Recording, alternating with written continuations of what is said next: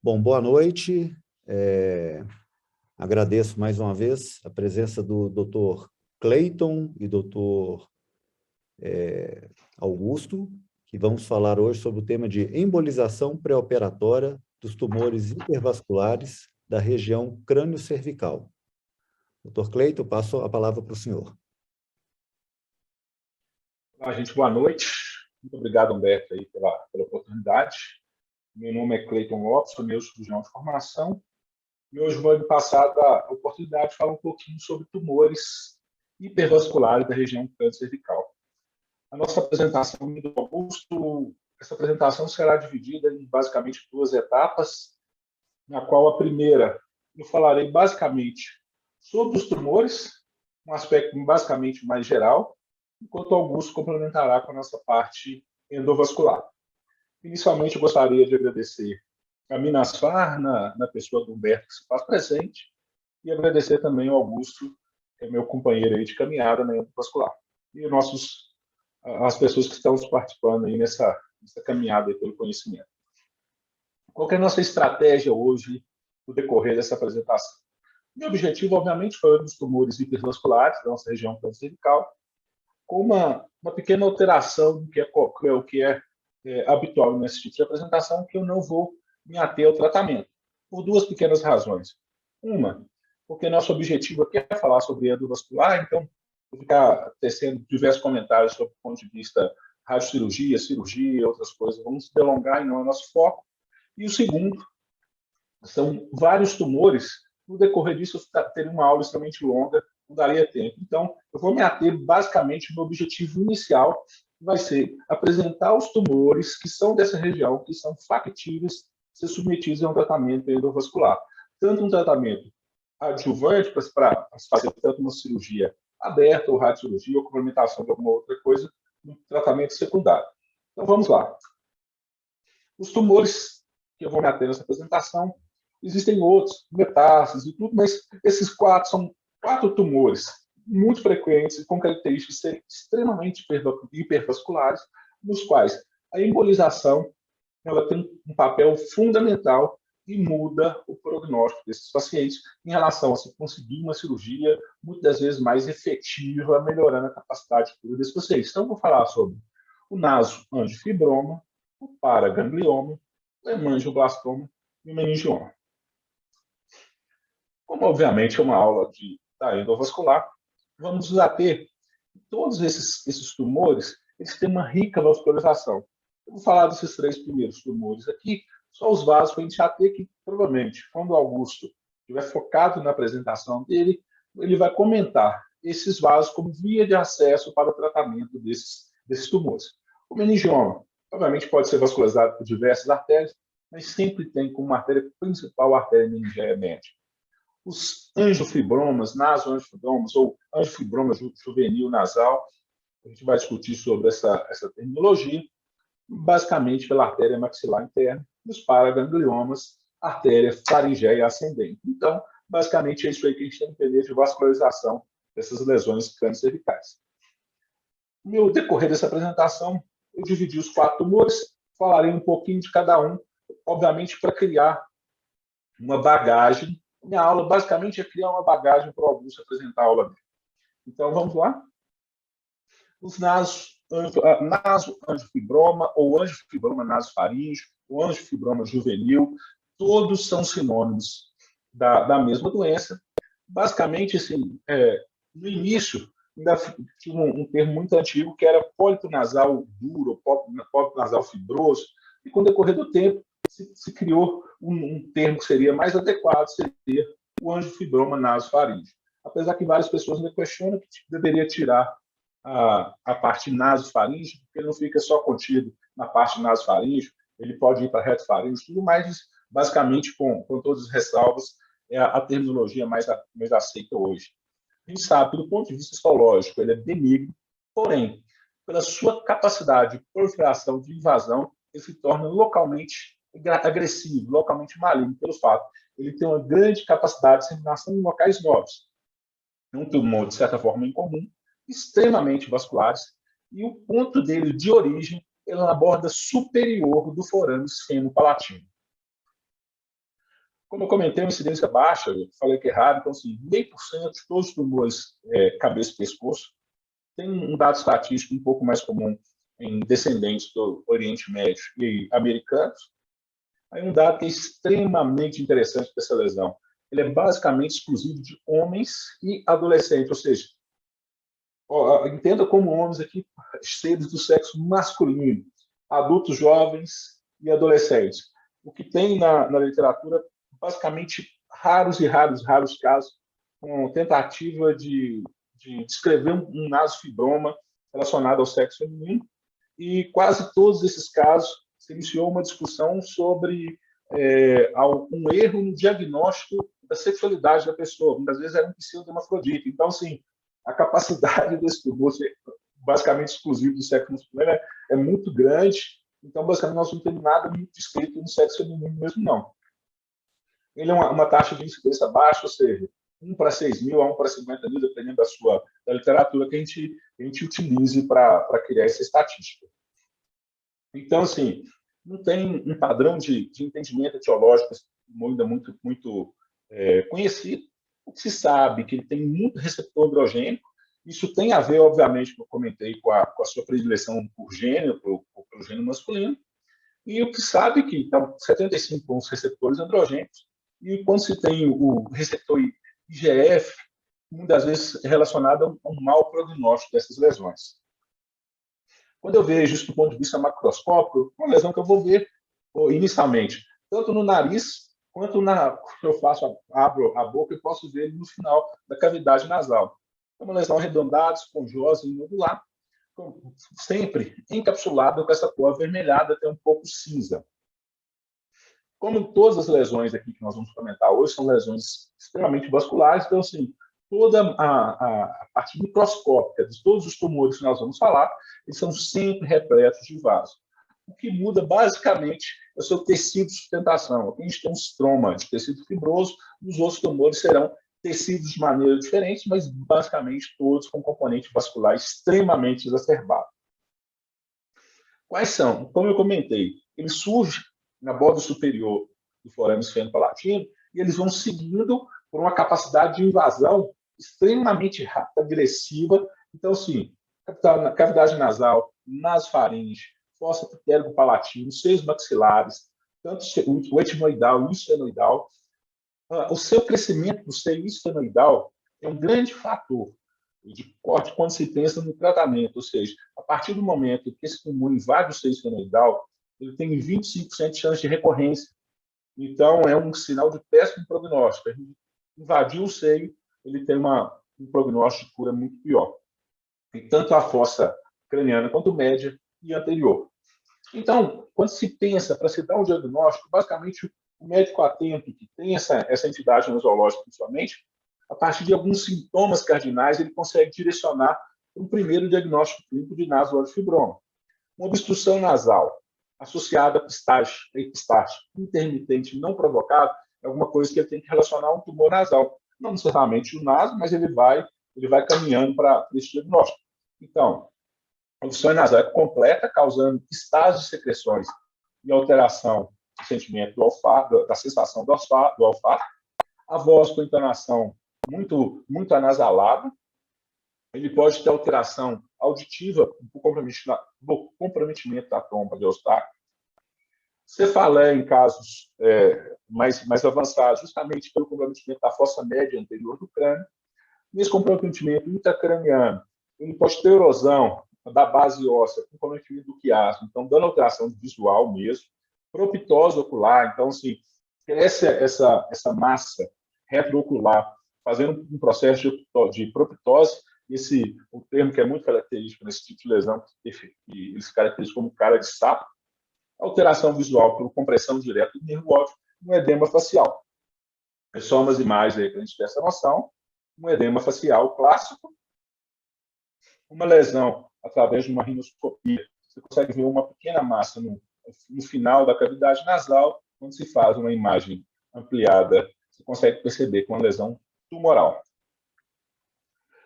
Inicialmente, assim, o diagnóstico por imagem, isso pode seguir uma cadeia de raio-x, tomografia e ressonância, e quando se faz esse segmento, em cada imagem você tem um objetivo, alguma coisa que marca.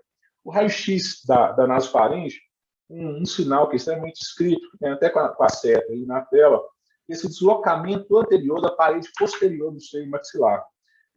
A lesão mesmo empurra essa parede posterior do seio, criando o que é o chamado sinal antral, um dos pontos aí cardinais para fazer o diagnóstico com raio-x. A tomografia, ela vai ajudar muito a entender a distribuição óssea que a lesão faz, você começa a entender qual seria a sua abordagem, o que você vai conseguir fazer do ponto de vista cirúrgico, da mesma forma que a ressonância é muito importante para a gente conseguir entender a sua extensão do ponto de vista em partes móveis. Então, só para a gente fazer um pequeno resumo, então, primeira lesão que nós falamos, nasoangiofibroma ou o angiofibroma juvenil. Uma doença basicamente do sexo masculino, jovem, e com esse comprometimento nasal, fossa nasofaríngea, um tumor benigno, mas de um crescimento extremamente prejudicial e agressivo na localização que ele se encontra. E nesse ponto de vista, extremamente vascular, e que se pode ter um benefício com o tratamento aí, com a embolização que nós vamos discutir. Seguindo, o nosso segunda lesão que nós vamos falar, paraganglioma. É uma lesão também extremamente frequente, extremamente interessante das lesões crânio-cervicais. Só para a gente definir o que vem a ser um paraganglioma. Paraganglioma são tumores neuroendócrinos com origem extradenal. Basicamente, até um tempo atrás, tinha sempre uma grande discussão e uma confusão em terminologia entre paraganglioma e feocromocitoma. Ambos são tumores neuroendócrinos, mas o que ficou basicamente agora definido é que o feocromocitoma é um tumor neuroendócrino com origem intraadrenal. Esse ficou definido como paraganglioma. Paraganglioma. Tudo fora, tudo extra-renal, vai ser a terminologia de paraganglioma. Então, essa terminologia de tumores com ação neuroendócrina fora da adrenal, a gente vai definir como paraganglioma. Eles são derivados, obviamente, da quista neural na sua matriz germinativa, e a sua origem mesmo são de paragânglios simpáticos e parasimpáticos. Ou seja, quando eu falo em paraganglioma, eles tanto podem estar presentes na cadeia simpática quanto na cadeia parasimpática. E nesse momento, além de ser simpático e parasimpático, ou seja, a sua secreção final, quando eles são secretores, muda. Além disso, eles podem ser secretores e não secretores. Pensando aqui no nosso objetivo da nossa discussão, que é falar basicamente de lesões crânio-cervicais, o que a gente tem que ficar muito atento é que os tumores, os paragangliomas crânio-cervicais, habitualmente, eles são não secretores. Os secretores, habitualmente, 75% são intraabdominais. Então, não é uma obrigatoriedade, mas quando se pensa em cervicais, a gente está falando em não secretores. Seguindo aqui, os paragangliomas, de acordo com a sua localização cervical, ou o seu ponto de referência, ele tem uma terminologia diferente. Então, quando eu estou relacionado ao corpo carotídeo, é um paraganglioma carotídeo. No plano jugular, um paraganglioma jugulo-timpânico. No vagal, um paraganglioma vagal. Então, basicamente, é isso o ponto que eu tenho de ancoragem dessa terminologia. Continua também uma incidência rara, ou seja, 1 para 30 mil, se pensar nesses tipos de lesões, uma certa predileção do sexo feminino, atuando aí entre 40 e 50 anos. Uma taxa de crescimento relativamente grande, você imaginar quase que 1 centímetro por ano, e com poder de duplicação a cada 7 anos. A macroscopia dele, praticamente todos os tumores, vamos falar, a gente vai abordar, são tumores compostos por massa firmes e com encapsulados e com grande poder vascularizado, obviamente, é o nosso tema da aula. Então, assim, como padrão de aparência mesmo, muito amarelo mesmo, com alguns pontos, dependendo da sua área de necrose associada, se estão marrons ou cinza, isso é o que muda quando você vê essa lâmina, quando você vê essa peça do ponto de vista macroscópico. Em relação às lâminas, eu volto muito para o que a gente comentou no nasoangiofibroma, uma lâmina muito rica do ponto de vista vascular. Desculpa, o que a gente tem que estar sempre atento que nessa patologia ela é dividida em uma célula principal, que é uma célula que seria secretora ou não, dependendo da sua capacidade, da sua definição, mas é uma célula principal, a célula do estroma, a célula de sustentação. Então, como é um tumor muito fibroso, ele é muito composto por vasos e fibras fibromusculares. Uma coisa que é extremamente interessante, do ponto de vista de malignidade, a lâmina inicial, assim, ela é muito parecida, praticamente a mesma aparência, que vai fazer depois um segmento com a imunohistoquímica, que vai ajudar no diagnóstico diferencial.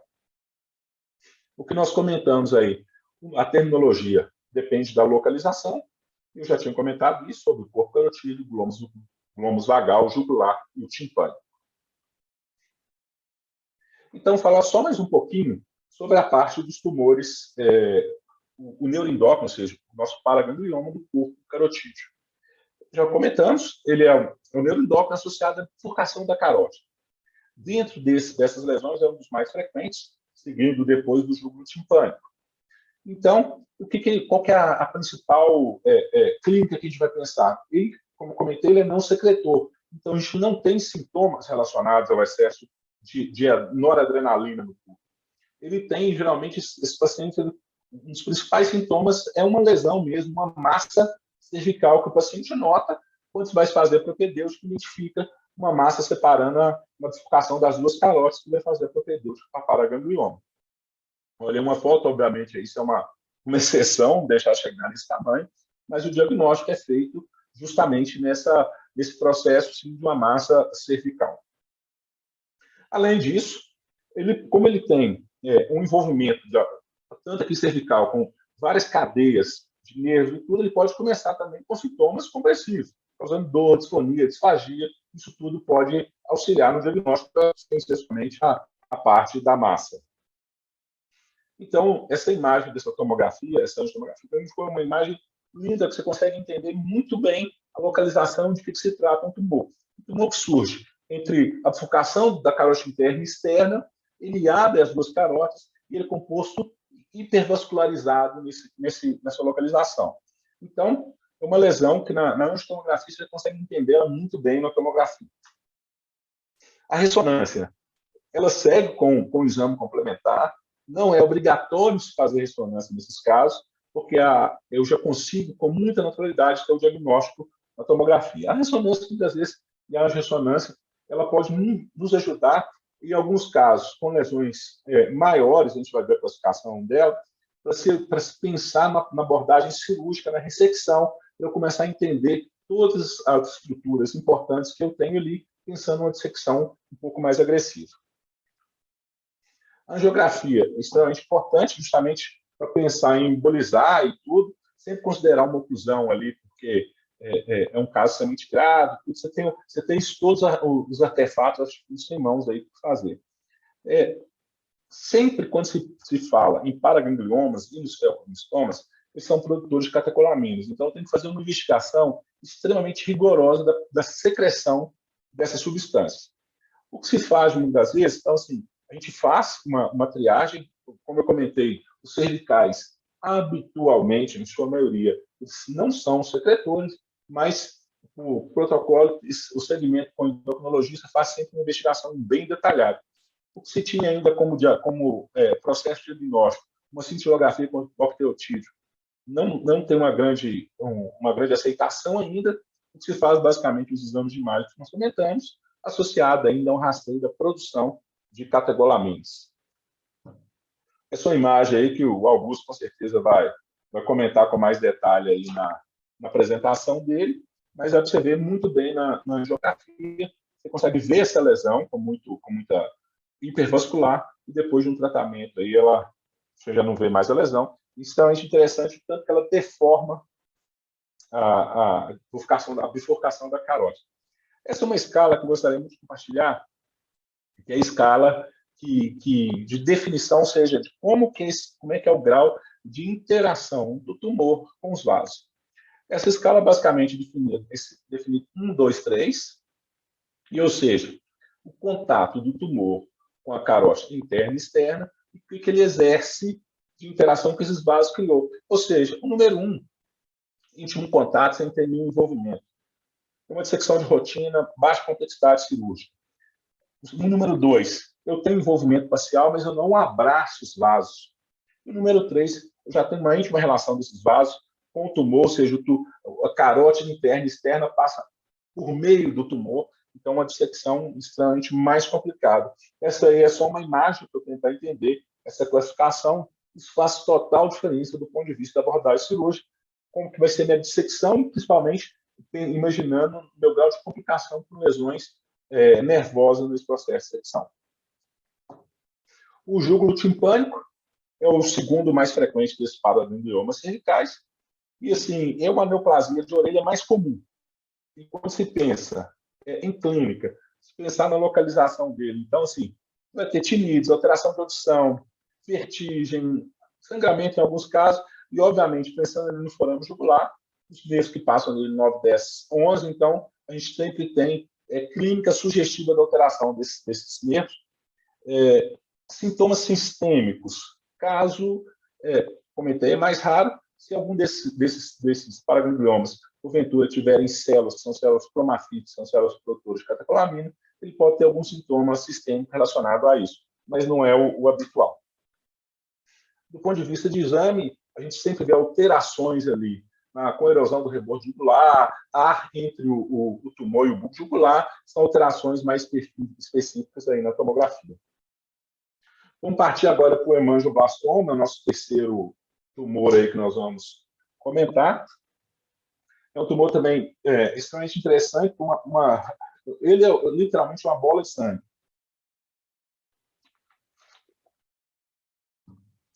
Vamos lá.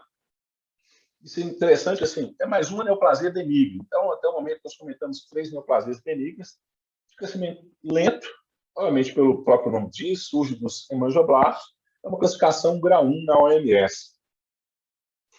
Então, basicamente, são lesões da fossa posterior. E praticamente 90% deles estão contidos no tronco e no cerebelo, na maior parte no cerebelo, de 2 a 10% a medula espinhal basicamente alta. São raros supratentoriais, existem esses tumores supratentoriais. A presença de tumores supratentoriais está mais associada à síndrome. E aí a gente tem que sempre pensar algum outro caso sindrômico, realmente em Lindau e outras coisas, outras síndromes neuroinflamatórias tipo 2, eu penso fora da fossa posterior. A sua epidemiologia, um pouquinho mais frequente, o sexo masculino, 4ª e 5ª década de vida, de 4ª a 6ª década de vida, né? Em comum, você imaginar que 1 a 3% total de neoplasia intracranianas, e sempre relacionado ao seu poder maior de apresentação. É esporádico, mas sempre quando está supratentorial ou múltiplo, com maior poder de agressividade, sempre pensar em relacionado a alguma doença, principalmente von Hippel-Lindau. Tem que ficar atento a isso. Os achados patológicos, mais uma vez, é um tumor capsulado, bem circunscrito, com cistos. Há uma grande diferença em relação a todos os outros aqui. Como esse aqui é basicamente um dos primeiros que nós estamos comentando que tem ação antiparagmatosa, ou seja, dentro do cérebro e tudo, esse aqui é um dos primeiros tumores que nós estamos falando da capacidade de criar cisto.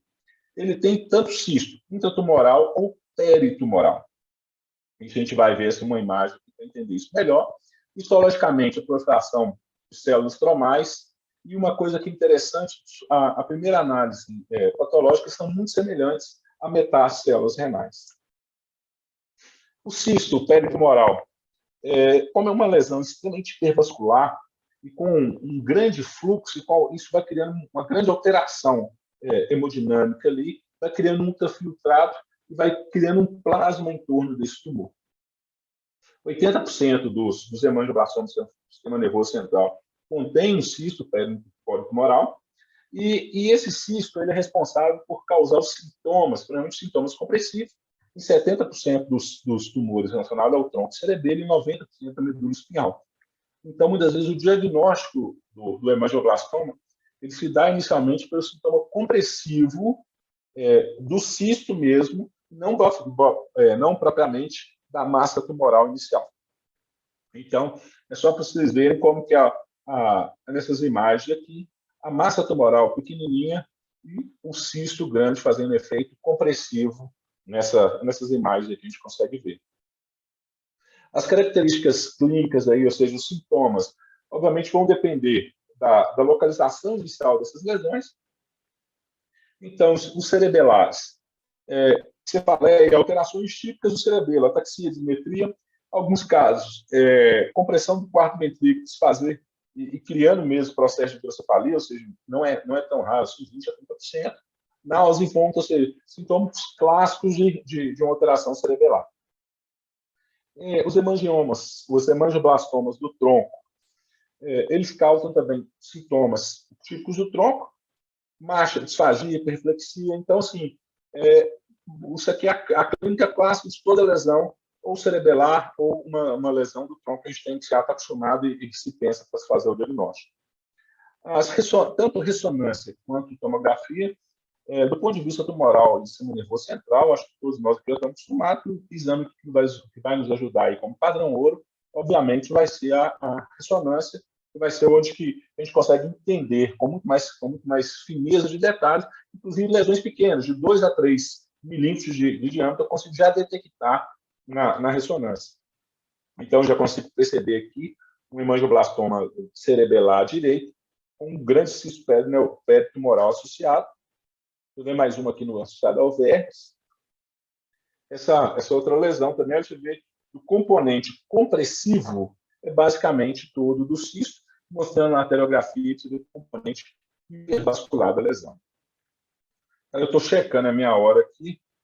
Eu acho que eu já extrapolei uns minutinhos aqui do meu tempo inicial, Humberto. Eu acho que eu vou parar minha apresentação por aqui. Era basicamente os 3 tumores que eu queria apresentar. Eu tinha alguma coisinha para falar de meningioma, mas meningioma eu acho que é um tumor muito mais comum do nosso dia a dia. Eu acredito que eu acrescentaria muito pouco aos nossos ouvintes aí. Esses tumores, tanto o hemangioblastoma, o nasoangiofibroma e o paraganglioma, apesar de ser da nossa prática corriqueira, é alguma coisa que a gente sempre cria um pouquinho mais de dúvida, dificuldade de lembrar algumas coisas. Por mim aí, está tudo ok. Eu queria passar agora para o Humberto e posteriormente ao Augusto para dar seguimento aí na apresentação. Ok, doutor Cleito, muito obrigado aí pela sua apresentação. Já tenho aqui uma pergunta para você, mas vamos deixar aqui após a apresentação do doutor Augusto, a gente coloca as perguntas, tudo bem? Combinadíssimo. Doutor Augusto, passamos a palavra para você. Beleza, Humberto. Boa noite aí a todos. Obrigado pelo convite. Tá dando para ver, Humberto? Compartilhou? Sim, está ok. Primeiro, parabenizar a Minasfar na manutenção da educação continuada, na pessoa do Humberto. Vocês viram que eu mudei um pouco o tema, né? O tema virou embolização de tumores crânio-cervicais hipervascularizados, que a gente vai ver que não se dá somente para o pré-operatório. A gente vai ver também o que a gente pode fazer. Deixa eu só... Opção de ponteiro. Pronto.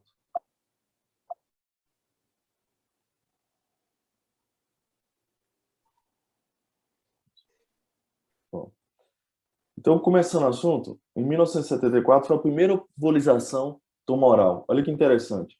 Se a gente lembrar que a primeira angiografia foi em 26, 27,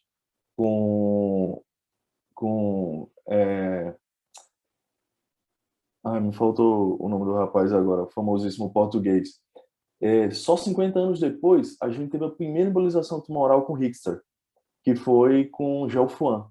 Então, ele tentou, de qualquer forma, embolizar um tumor cervical para poder diminuir a vascularização. Qual que é a meta na embolização? É diminuir o blushing em pelo menos 80%. O objetivo nosso é que espere ao menos 24 horas de cirurgia, mas tendo ideal entre 1 a 8 dias após a embolização. Uma taxa baixa de complicação, segundo esse estudo em 2019 publicado. Uma taxa muito baixa de complicação. E por que a gente espera? Por que a gente não sai direto para embolizar?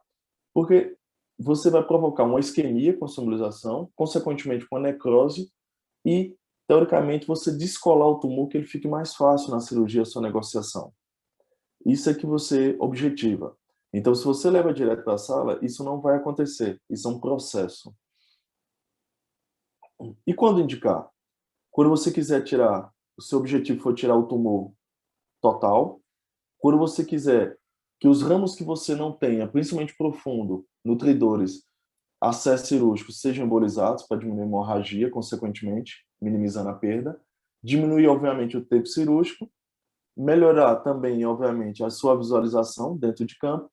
E uma coisa interessante é, você também pode ter tratamento paliativos, aliviar a dor do paciente oncológico, epistaxis e outras causas que podem estar associadas ao tumor, não só à cirurgia. O Cleiton já falou, os tumores que a gente indica, nasoangiofiboma juvenil, hemangiopericitoma, paragangliomas, metástases também, meningiomas e hemangioblastomas. Quais são os agentes disponíveis que a gente tem? A gente tem basicamente as partículas, que geralmente são embolização fluxo dependente, a cola. O grande problema da cola é que só ela tem um tempo. Então, assim, você injeta e não pode injetar mais, ela solidifica rápido, e se você não tirar o seu microcatéter ficar preso, então ela se reserva a ocluir ramos distais.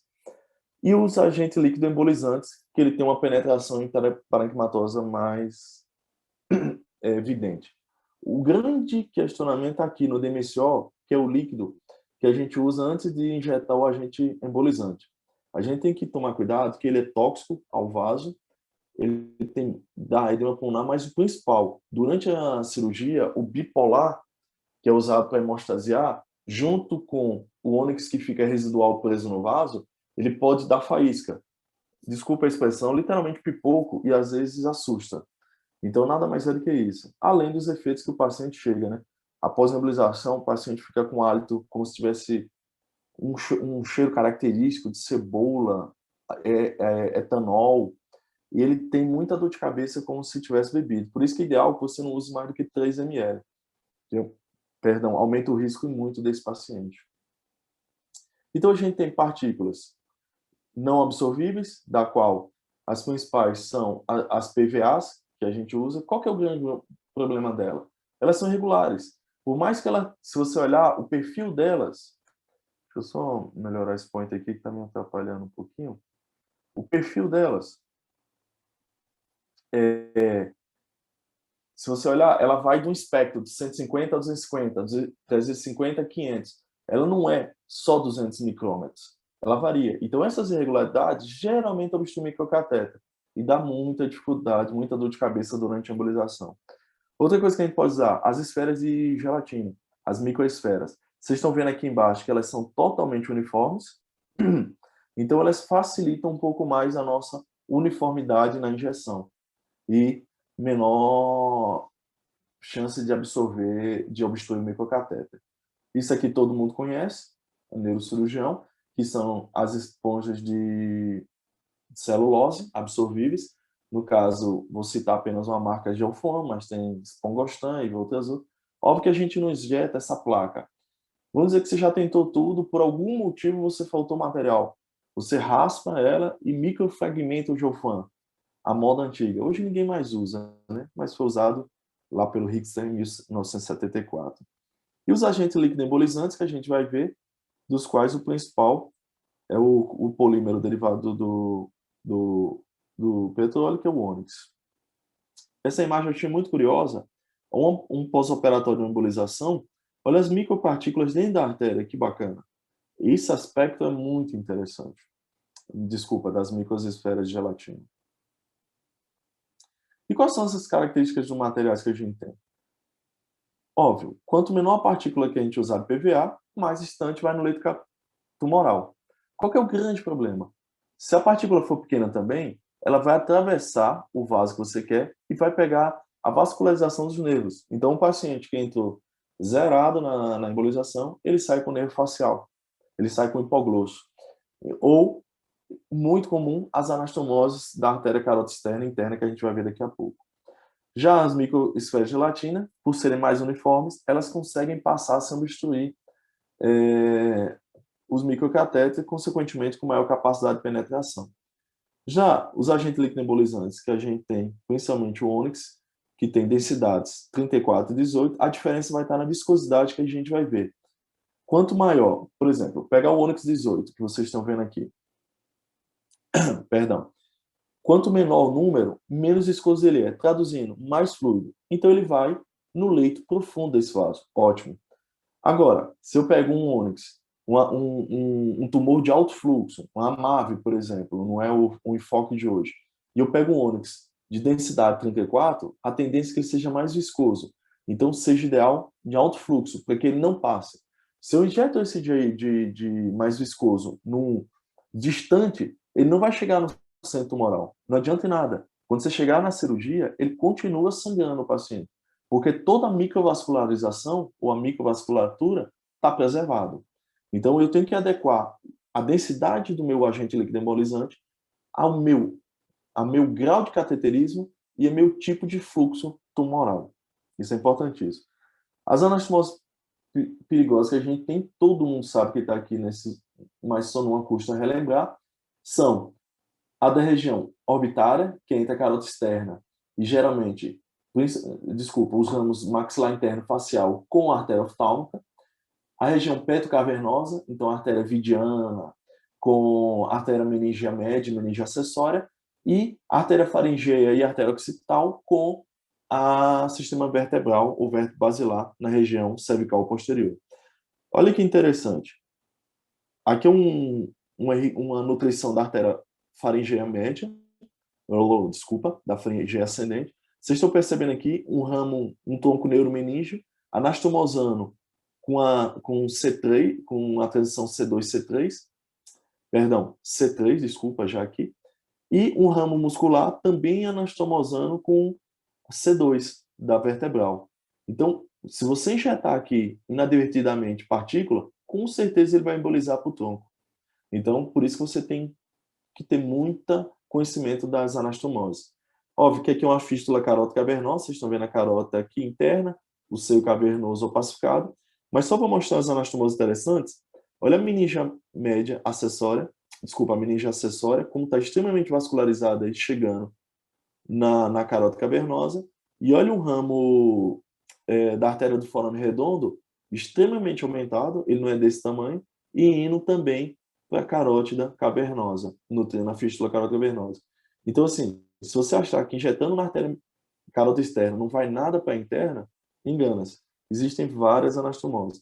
Por isso que um conceito, eu sei que a gente tem muito fellow aqui, que cai em prova as anastomoses, elas suportam até em torno de 80 micrômetros.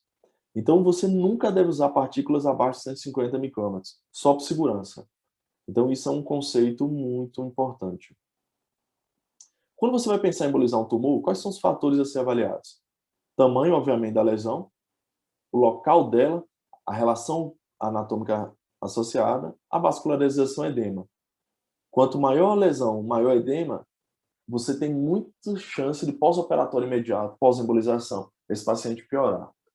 Obviamente, acessibilidade cirúrgica e endovascular dos ramos nutridores, isso é importante. Então, se o cirurgião tem acesso fácil a um ramo, endovascular, do ponto de vista endovascular, eu não vou lutar tanto por esse ramo. Se conseguir chegar, ok. Mas o principal é o centro tumoral e os ramos profundos. A proximidade de vasos importantes, eu tenho que tomar cuidado. As anastomoses colaterais, que a gente já viu, dangerous. E a dinâmica do fluxo dentro da lesão tumoral. Quanto maior o fluxo, menos viscoso tem que ser o meu, perdão, mais viscoso tem que ser o meu agente líquido embolizante. Tortuosidade, obviamente, ou aterosclerose da base, só importar, além de comorbidades e planejamento cirúrgico vão ser elevados. O que eu tenho de técnica? Tanto através de punção direta como punção transarterial. Diferentemente das MAVs e das fístulas, aqui não existe acesso venoso. A anestesia geral, sedação vai depender do paciente e do timing e do tamanho da lesão. E lembrar sempre de anticoagular seu paciente. Geralmente, a gente faz 5.000 unidades, por quê? Você vai deixar muito êxtase nesses pacientes no fluxo. Então, existe um risco de embolia. Quais tumores por punção direta a gente vai ver? Geralmente, o nasonfibroma, o tumor do corpo carotídeo e o tumor glômico vagal. Traduzindo, os tumores cervicais. Então, geralmente, você faz anestesia direta, porque é incômodo para o paciente, uma punção transfemoral com introdutor 5, uma agulha de punção 18 ou 22 e refluxo de sangue. Então, vamos ver.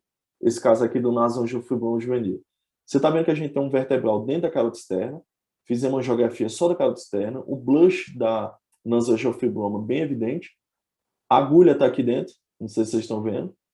A carota externa mostrou um ramo vidiano chegando dentro da carota, a carota interna, perdão, um ramo vidiano dentro do tumor, na porção posterior, tem que tomar cuidado. Vocês estão vendo a agulha dentro do tumor, fazendo a parenquimografia sempre antes de injetar o material. E por último, olha o blush aqui de agente líquido nebulisante de ônix aqui.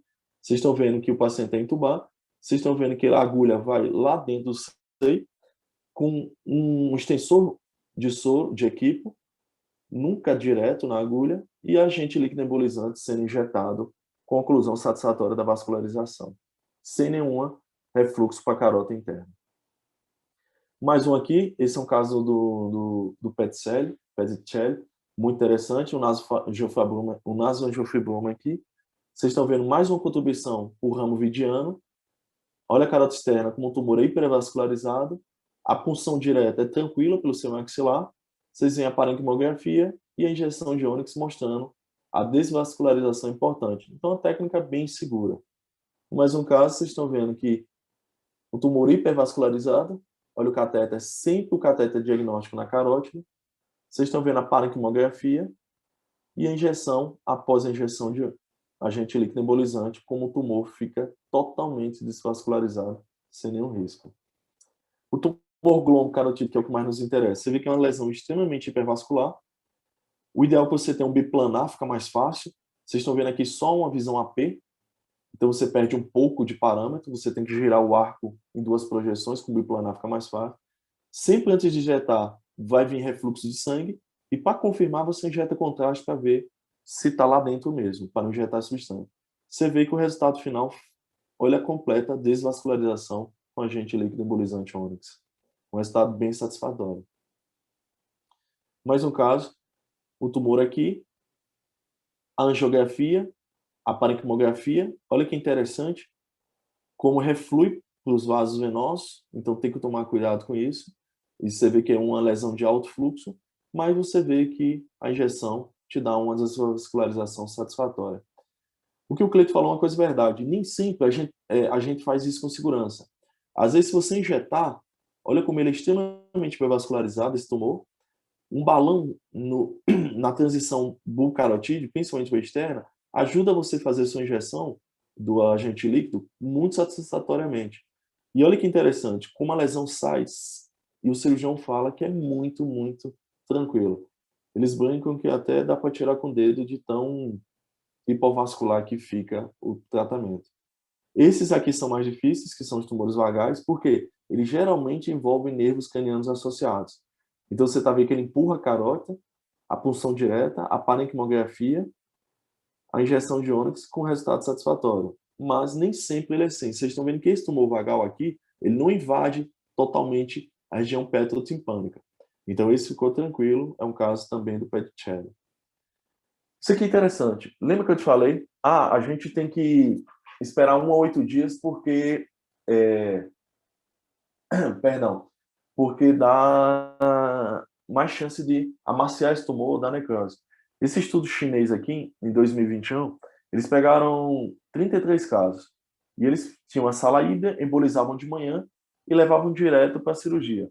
Porque eles tinham como justificativa a piora do edema. Ele é uma experiência de um centro único, eles não viram diferenças importantes, entendeu? Então, assim, era mais receio de piorar.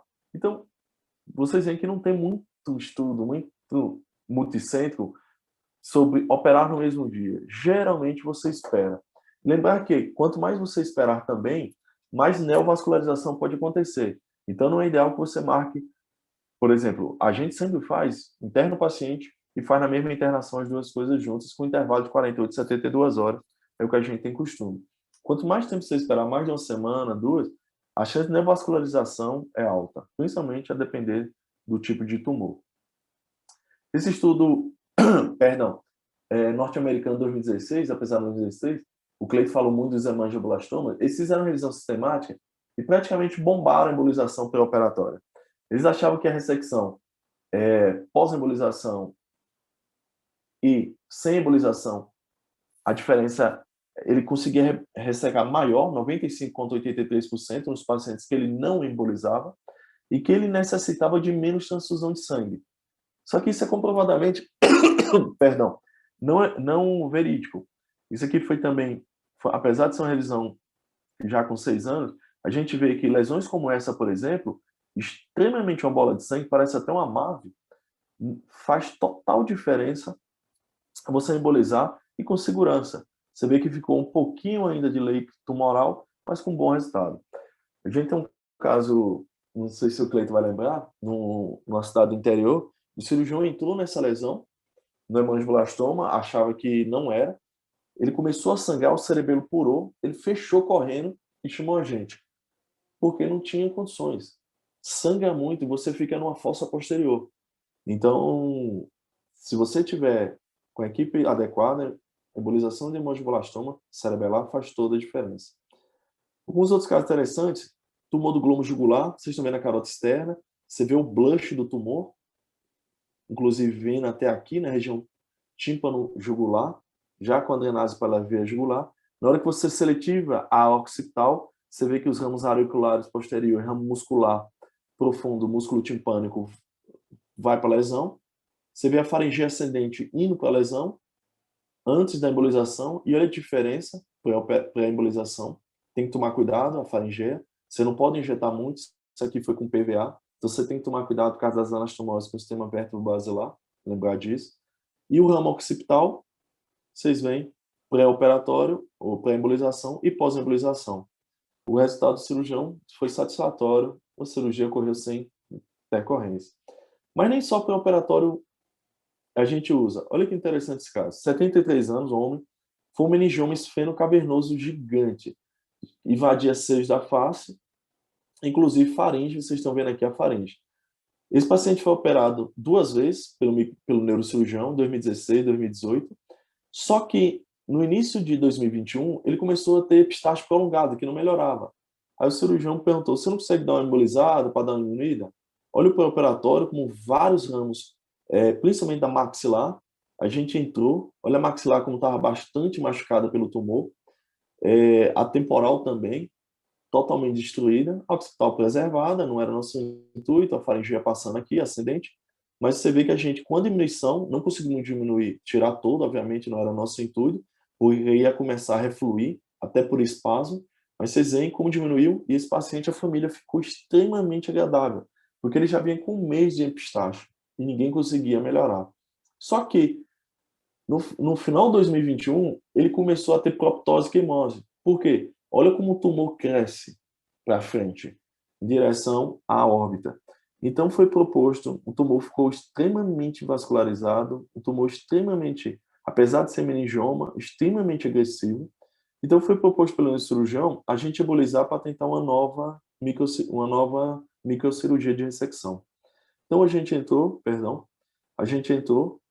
vocês estão vendo aqui o pré, e desvascularizamos o tumor, principalmente profundo, posterior. Vocês veem que o blanche já dá uma diminuída significativa em relação ao que ele era. E o paciente foi submetido à cirurgia. Então, no primeiro momento, ele fez uma embolização paliativa e depois ele fez uma embolização pré-operatória também paliativa. Ele estava morrendo de queimose, de dor ocular. Ele não foi operado imediato, mas já deu um alívio a esse paciente que a família agradeceu. Mas nem sempre a gente faz embolização tumor. A gente pode ajudar. Olha essa lesão, parecia um sarcoma. Ele invadiu o corpo vertebral, inclusive vocês estão vendo aqui o forame vertebral. Então o neurocirurgião perguntou se a gente conseguia embolizar esse tumor. Não dava para embolizar, vocês vão ver aqui, eu vou dar um pré. Olha como o tumor tinha ramos profundos, musculares, pequenos, difíceis de embolizar, obviamente, extenso o tumor. Então o que a gente propôs foi, vamos fechar essa vertebral para você entrar com segurança. Ele, ótimo. A gente insufla o balão aqui, vocês estão vendo aqui o balão insuflado. Do outro lado, a gente coloca um catéter diagnóstico. Você vê que ele enche e reflui, nos dando segurança total de fechar essa vertebral. Então, vocês estão vendo que o tumor é muito vascularizado, mas não dá para você injetar nem cateterizar aqui. Você fecha e faz o trapping e o neurocirurgião tirou esse tumor com segurança, incluindo a vertebral junta. Os meningiomas que o Cleito falou, saiu esse estudo, essa meta-análise muito interessante, norte-americana também, em 2019, que ele viu que quanto mais o meningioma fosse superficial, de convexidade ou parassagital e nutrido pela faringe ascendente, maior a chance de ressecção completa. Vocês estão vendo aqui o meningioma, pré-contraste, pós-contraste, hipervascularizado, já estava fazendo deformidade na cabeça desse paciente. A gente entrou, vocês estão vendo aqui, como muito hipervascularizado, por ramos meninges médios e ramos da tripróspera especial, ramos também da oftálmica, artéria falcina anterior. Começamos a injetar ônix, agente líquido embolizante, injetando. Você vê que deu uma desvascularizada bastante. Mais injeção desvascularizada, aqui é pré. Então, olha como o tumor desvasculariza bastante, mas ainda tinha essa artéria falcina. Então, tentamos fazer uma punção direta e não conseguimos. Olha a coisa interessante, um ramo cerebral média entrando no tumor profundo, vindo, muito interessante, uma cerebral média acessória vindo da comunicante anterior, do complexo comunicante anterior. E olha como você emboliza ela, e tem que tomar cuidado no pós-embolização. Então, esse paciente foi tirado o tumor em bloco, a embolização fez efeito. Olha o aspecto pós-embolização, como dá um aspecto rocheado do agente líquido embolizante, e o pré e o pós, a diferença como ajuda o cirurgião, e o cirurgião agradece. Complicações, óbvio que tem. Então, não pense que a embolização é um procedimento que não tem. A gente já viu. Pode ter isquemia por causa das anastomoses. Então, a gente tem que tomar cuidado com a heparina, ver se precisa de terapia antiplaquetária, manter o paciente com pressão sistólica boa, hidratado. Hemorragia pode ter, principalmente hemorragia por microcatéter, às vezes preso por causa do agente líquido embolizante. Então, se acontecer, diminui pressão, vê se não balona ou ocluiu o vaso e prontamente reverter a heparina. Edema peritumoral, então você tem que tomar cuidado. A gente sempre usa corticoide intravenoso nas nossas embolizações. E às vezes, a depender do tamanho do tumor e a localização, avaliar com o neurocirurgião ou o cirurgião de cabeça e pescoço se não vale a pena operar ele no primeiro DPO desse paciente. Microcatéter retido, se você não estiver conseguindo, principalmente por causa de agente líquido embolizante, às vezes vale a pena sacrificar esse catéter, septar, porque tem maior chance, se você puxar esse catéter, de hemorragia. E a reação alérgico-contraste, isso vai dar em qualquer procedimento, hematoma femoral ou hematoma peritoneal, qualquer procedimento endovascular pode acontecer. Essa meta-análise, para terminar, muito interessante. Vocês vão ver que os estudos de embolização tumor paraganglioma carotídeo são mais bem feitos pela cirurgia de cabeça e pescoço pelo otorrino. Essa meta-análise mostrou, com um número muito grande de pacientes, que a lesão, o paciente que era não embolizado tinha mais lesão neurocraniana e, obviamente, tinha maior chance de complicação. Então, comprovando que significativamente a embolização diminuía as complicações intraoperatórias. A perda sanguínea, não tinha nem dúvida que era significativamente estatística. Todas as vezes que eles iam os estudos que reviam, a tendência significativa era diminuir a perda de sangue, e o tempo cirúrgico, a mesma coisa. Tudo a favor da embolização. Então, não tinha nenhuma dúvida que nos tumores do corpo carotídeo, a embolização ajudava demais o paciente. E como conclusão, fica para vocês que a embolização do tumor crânio cervical, ela não serve exclusivamente como pré-operatório, obviamente, é o principal. Tomar muito cuidado com as anastomoses intraextracranianas durante a embolização tumoral, sempre injeta, para um pouco, faz uma série angiográfica, vê o fluxo, ele vai mudar, então você tem que tomar cuidado na sua injeção, às vezes mudar o seu cateterismo, selecionar outro vaso. A escolha do material à via de acesso vai depender muito da nutrição arterial e das estruturas anatômicas envolvidas. Óbvio, quanto mais vasos profundos, mais chance eu tenho de ajudar esse neurocirurgião. Quanto mais vasos superficiais, menos eu me preocupo. E tomar cuidado com o fluxo desse. Quanto maior o fluxo, maior a chance de eu lesar vasos e estruturas anatômicas que eu não desejo. E lembrar que o intervalo entre a cirurgia e a embolização sempre é importante. Então, respeitar. Eu acho que era isso que a gente tinha para falar. Espero ter contemplado o objetivo, Humberto e Cleiton. Excelente, doutor Augusto, com certeza. Eu coloquei aqui no chat aqui, né, caso os participantes, né, tenham interesse em colocar alguma dúvida, alguma pergunta aqui no chat, sintam-se à vontade, né? Se quiser perguntar também online aí, pode abrir a câmera, fica à vontade. E eu já coloquei uma pergunta aqui para o Dr. Cleiton. Dr. Cleiton, qual dos tumores você considera imprescindível a embolização pré-operatória? Humberto, muito obrigado. Só parabenizar o Augusto pela apresentação. Acho que você foi extremamente sucinto num tema que é extremamente complicado, né? Parabéns, é uma aula brilhante. Sobre os tumores, assim, basicamente, eu falei de 4 tumores, eu acho que não existe um tumor específico.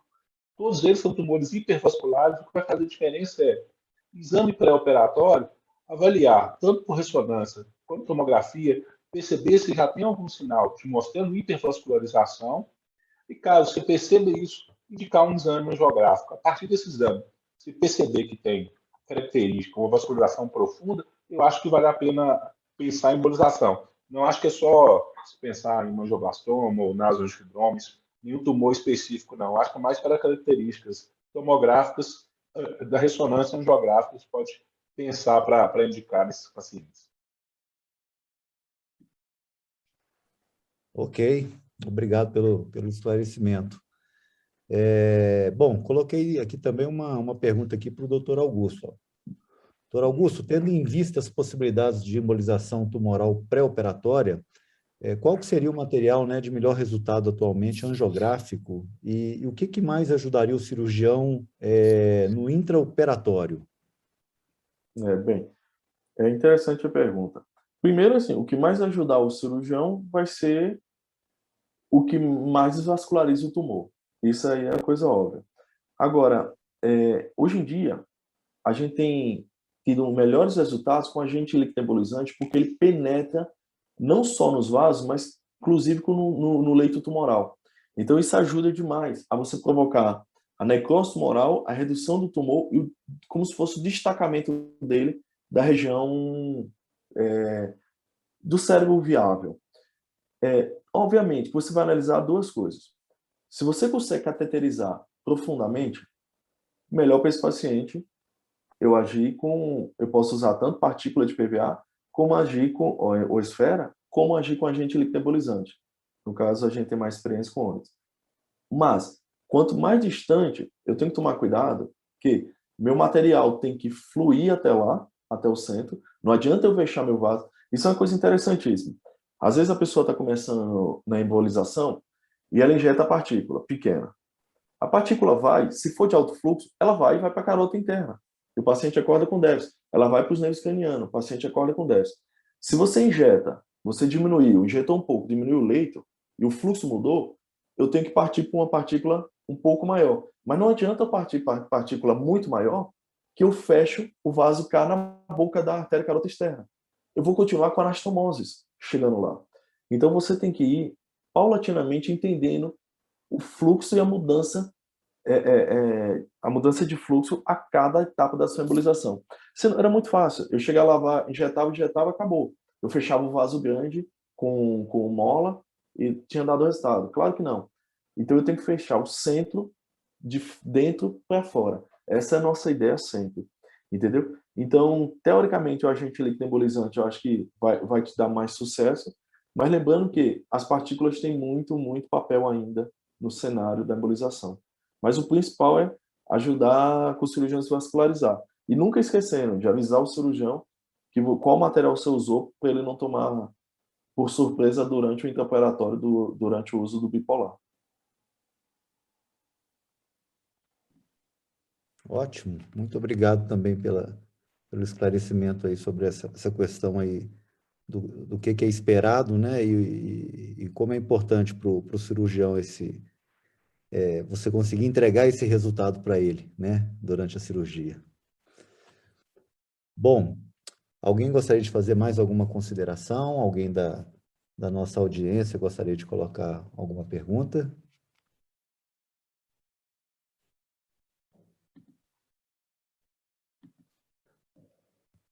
Doutor Augusto, doutor Cleiton, gostaria de fazer alguma consideração final? No caso, Humberto, mais agradecer aí pela oportunidade. Eu acho que um tema extremamente espinhoso. E, assim, a minha apresentação, graças a Deus, foi muito tranquila, que eu só falei de literatura, Augusto que se esforçou mais aí com muito brilhantismo. E agradecer a audiência aí, 18 participantes aí, nossa segundinha-feira pesada e cansativa, e querendo estudar um pouquinho aí sobre tumores cervicais. Muito obrigado aí pela presença e você, Humberto, sempre pela parceria aí e levar conhecimento aí adiante. Humberto, além de, no final agradeço, mas assim, o Cleiton fez uma apresentação de um tema grande, então ele conseguiu enxugar bem com os tumores principais. A gente está vendo que a maioria são felos, então eu conheço grande parte, felos muito bom. Então, assim, foi focado para quê? Para que a gente veja quais são os tumores que a gente indica. Então, a maioria de vocês vão pegar esses tumores no consultório, quais são possíveis e quais vocês vão discutir com a equipe de endovascular. Como você pode ajudar a gente, de que forma, como a gente pode esperar, quais são os tipos e abrindo outros leques, não só para embolização pré-operatória, como outros tipos de alternativas. Então, assim, só agradecer mesmo, acho que e parabenizar o Cleito, você, Albert, cada vez mais essa iniciativa do crescimento da equipe de neurocirurgia, de neurovascular de Minas Gerais, é muito importante. Parabéns. E obrigado pelo convite. Bom, em nome da Minasfar, né, eu agradeço imensamente, doutor Augusto, doutor Cleiton, né, por mais uma vez contribuírem com conteúdo de relevância.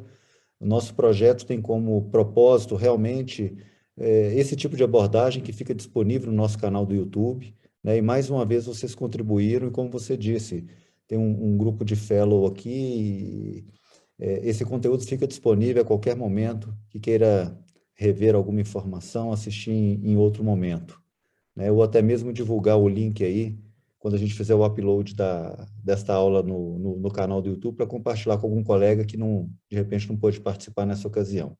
Tudo bem? Muito obrigado à audiência que esteve conosco até esse momento, né? E vamos encerrar por hoje. Em breve a gente decide um novo tema aí para a gente dar continuidade a essa educação continuada.